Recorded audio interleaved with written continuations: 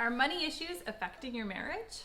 If they are, we have 5 areas where money and marriage intersect that you can work on to help relieve the stress, not only your finances, but your marriage as well. Plus, we are doing the draw for our Amazon gift card. Hey, we are Mark and Amy bringing you family-friendly content with a focus on married life. If you enjoy these videos, please consider subscribing so you don't miss any of our weekly uploads. It's no secret that money can cause a lot of stress in your relationship. So we decided we should see a professional.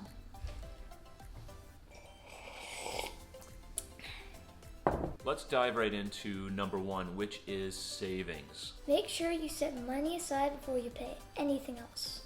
You need to pay yourself first. In your marriage, it's very important that you have a savings account, not only financially, but also in your relationship, that you have stored up enough in your marriage to cover the cost of a rainy day.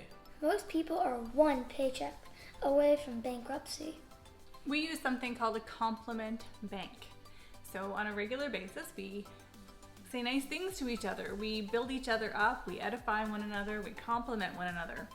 So that when the time comes and we need to make a withdrawal, There's something there. there's something there. If there was nothing there, if there was no edifying, if there was no building up, if there were no compliments given, and then something happens, well, now you're into a fight, an argument, and things start to fizzle, and that's not good. Right. So consider opening a compliment bank. You don't want to blow a tire in your marriage and not be able to cover it. That wouldn't be good. No, you'd go off the road. All right, let's jump right into number 2, which is spending. I can help you with that. Budget, budget, budget. If you don't know where the money is going, you need a plan. Time is the currency of marriage. The question is, where are you spending it? If all my time is spent somewhere else and I'm investing in those relationships, but if I'm spending time with my husband, then I'm investing in that relationship. So where you spend your time, that's where your heart is.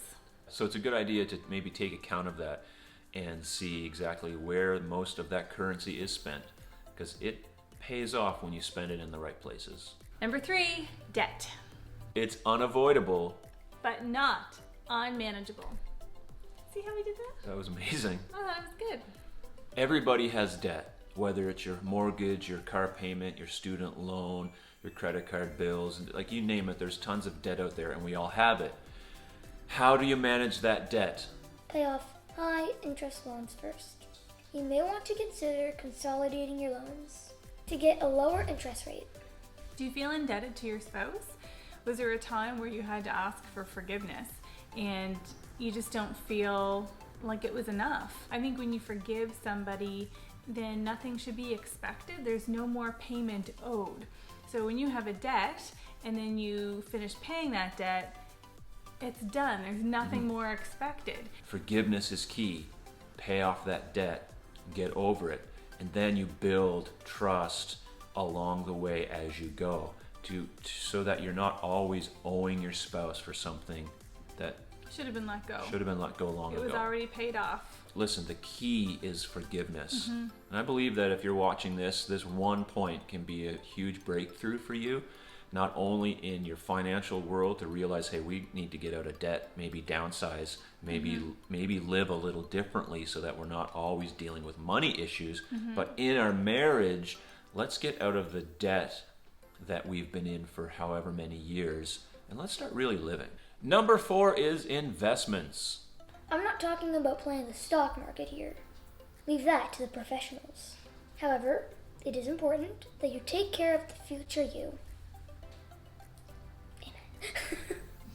The idea of investments in the financial world are that you put in initial money and you get interest payments on that money, and over time those interest payments are compounded and you get a return on that initial investment.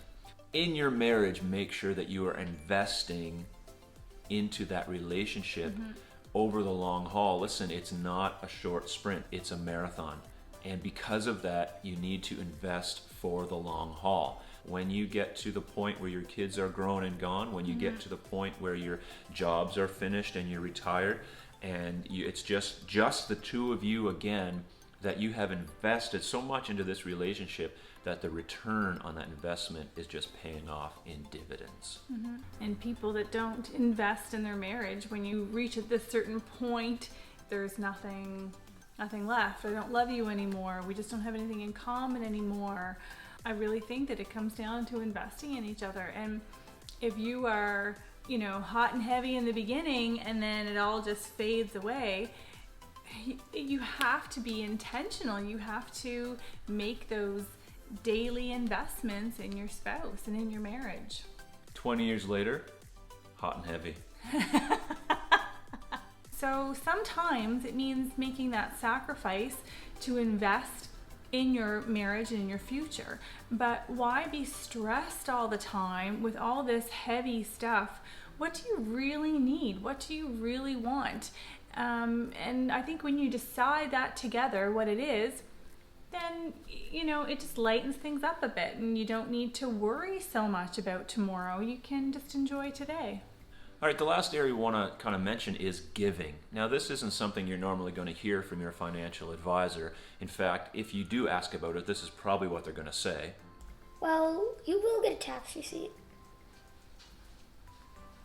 However, giving is, I think, like the sweet spot of your finances. It's where all the other stuff aside, when you can take some of your money that you've made and give it without looking for return. You just want to bless someone or encourage someone or help somebody, and that's really, really freeing, and something that when you do together, it really builds a strong point in your relationship. It's a fun thing to do as a family as well, but it instills in the kids that it is important to give and that not everybody is in the same position that we're in. And it feels really good, and they love doing it. Yeah, giving is one of the most freeing things you can do, and so we highly recommend finding a way for you as a couple to give. It doesn't have to be hundreds and hundreds and hundreds of dollars. It doesn't need to be that, but it should be intentional and something that you try to do on a regular basis. It will pay off as well. Can you see the poo? If you're arguing a lot about money, we feel that the root of that issue is fear. So it's not that you don't have enough money or you have a lot of money. Listen, people with all kinds of money fight too over money. Probably more so. Yeah, probably more so because they have more to worry about. Yeah. And if you can deal with that fear, then that's going to be a big step for you in overcoming these hurdles in arguing about money. Your money is there to serve you. You're not there to serve your money. That's good. And set time aside to talk about your money. It shouldn't be something that you just all of a sudden bring up, and because you can bring it up at the wrong time, especially late at night when you're tired and you've had a long day and you're stressed anyway, and now you're going to start talking about a really important topic. Not good. Not the best time. Set time aside and talk about it. Don't fight about it. Talk about it. Have conversation. And then, like we did, we said, okay, let's downsize. Let's, not buy our coffee on the way to work in the morning. Little things. But it was something that we agreed to do together. You're in this together. Yeah. This is not like, well, this is my money and I get to do with it what I want. No, it's not. It's our money. No matter who makes what, it's ours.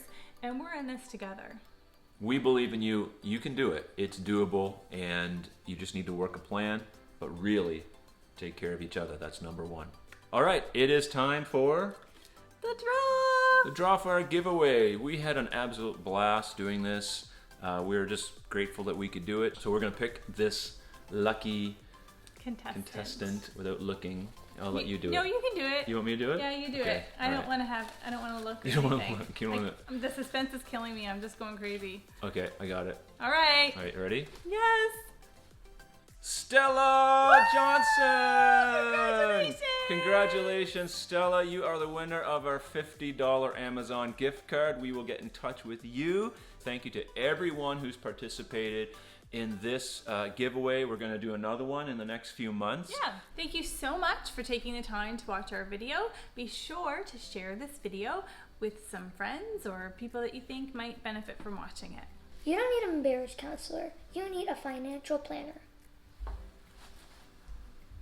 Please check out our friends at Marriage and Money. They have a great budget planner that you can download from their page, and it is just a spreadsheet on your computer that you can plug in everything and it calculates your budget. It's a very useful tool. Please check them out. Also, if you want to check out our other videos, you can check the playlist. It has all of our videos in it.